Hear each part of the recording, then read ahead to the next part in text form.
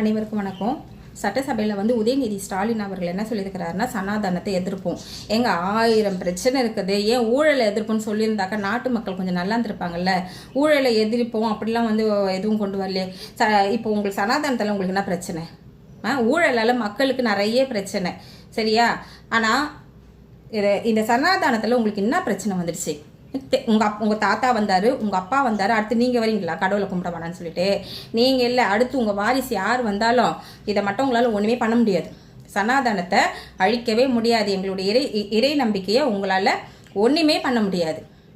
மிஞ்சி போனால் உங்கள் ஆட்சி இருக்கும்போது 200 கோயில் இடிச்சிருக்கீங்க. எத்தனை பேர் வயிற்றுச்சலோ அந்த இறைவனுடைய, அதாவது அத்தனை பேர் வயிற்றுச்சலால் தான் இன்றைக்கி எதிர்கட்சா வந்து உட்காந்துருக்கு. ஏதோ கடவுள் வந்து உங்களுக்கு பிச்சை போட்டு எதிர்கட்சா வந்து உட்கார வச்சுருக்கிறார். மறுபடியும் அவரை பற்றி பேசி பேசி பேசி அடுத்த 5 ஆண்டு காலத்தில் நீங்கள் இல்லாமல் போயிடுவீங்க போல இருக்குது. அதனால் கொஞ்சம் பொத்திக்குங்க.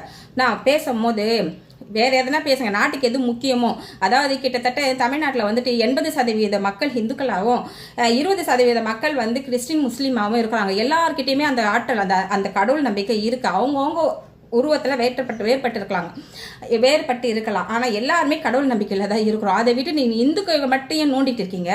எதுக்கு இந்து கலாச்சாரத்தை மட்டும் நோண்டிட்டு இருக்கீங்க? உங்களால் தயவு செஞ்சு கொஞ்சம் அமைதியாக இருங்க. தென்னாட்டில் சிவனாகவும் எந்நாட்டில் இறைவனாகவும் காட்சியளிக்கிறவர் தான் எங்களுடைய கடவுள், சரியா? அல்லாஹு அக்பர்னு சொல்கிறாங்க, இறைவன் மிக பெரியவன் சொல்கிறாங்க அவங்க. அதனால் கிறிஸ்டினில் கூட கடவுள் இருக்கிறாங்கன்னு சொல்கிறாங்க. இந்த மாதிரி வந்து எல்லாருமே வந்து இறைவன் ஒருத்தர் இருக்கிறாருன்னு சொல்லிட்டு வணங்கிக்கிட்டு இருக்கும் போது நீங்கள் வந்து இந்துவை மட்டும் நோன்றது ரொம்ப ரொம்ப ரொம்ப தப்பு. நீங்கள் உணரலைன்னா, கடவுளை நீங்கள் உணரலைன்னா அது உங்களோட வச்சுக்கோங்க. நீங்கள் உணராத ஒரு விஷயத்தை உணர்ந்தவங்க கீழே வந்துட்டு ஏன் சாமி கும்பிடாதீங்க, அதுக்கு நாங்கள் எதிர்ப்பு தெரிவிப்போம்னா, நீ யார் எதிர்ப்பு தெரிவிக்கிறதுக்கு? நீன்னு சொல்லும் போது கோச்சிக்காதீங்க, வாயில் வருது. நீங்கள் யார் அதை எதிர்ப்பு தெரிவிக்கிறதுக்கு? வேண்டாம். அதாவது உங்களுக்கு சுகர் இருக்கா, உங்களுக்கு பிபி இருக்கா, நீங்கள் ஸ்வீட் சாப்பிடாதீங்க. உங்களுக்கு பிடிக்கலன்னா, உங்களுக்கு ஒத்துக்கலன்னா ஸ்வீட் சாப்பிடாதீங்க. ஆனால் ஆரோக்கியமாக இருக்கிறவங்க சாப்பிட்றத கையை விட்டு வாந்தி எடுக்க வைக்காதீங்க. நான் ஆரோக்கியமாக இருக்கவங்க ஸ்வீட் சாப்பிட்றாங்கன்றதுக்காக அவங்க வாய்க்குள்ளே கையை விட்டு வாந்தி எடுக்க வைக்காதீங்க.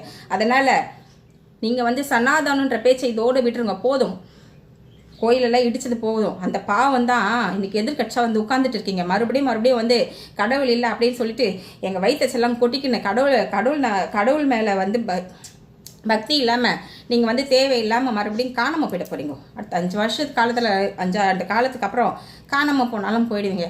அதனால் கொஞ்சம் இந்த சனாதானத்தை மட்டும் விட்டுருங்க. உங்களால் ஒன்றுமே பண்ண முடியாதுங்க. சனாதானம் இறை ஆற்றலை உங்களால் ஒன்றுமே பண்ண முடியாது. ஏன்னா எங்கும் நிறைந்தவன் இறைவன். அதனால் கடவுளை பற்றி பேசுறதுக்கு உங்களுக்கு என்ன ரைட்ஸ் இருக்குதுன்றது எனக்கு ஒன்றும் புரியல. உங்களுக்கு பிடிக்கலன்னா விட்டுருங்க. நீங்கள் ஒரு தலைவராக இருக்கலாம், ஒரு கட்சி தலைவராக இருக்கலாம். ஆனால் நீங்கள் கடவுள் கிடையாது. உங்கள் பேச்செல்லாம் நாங்கள் கேட்கறதுக்கு நீங்கள் சொல்ல தான் இன்னும் இறையாற்றல் அதிகமாகும்.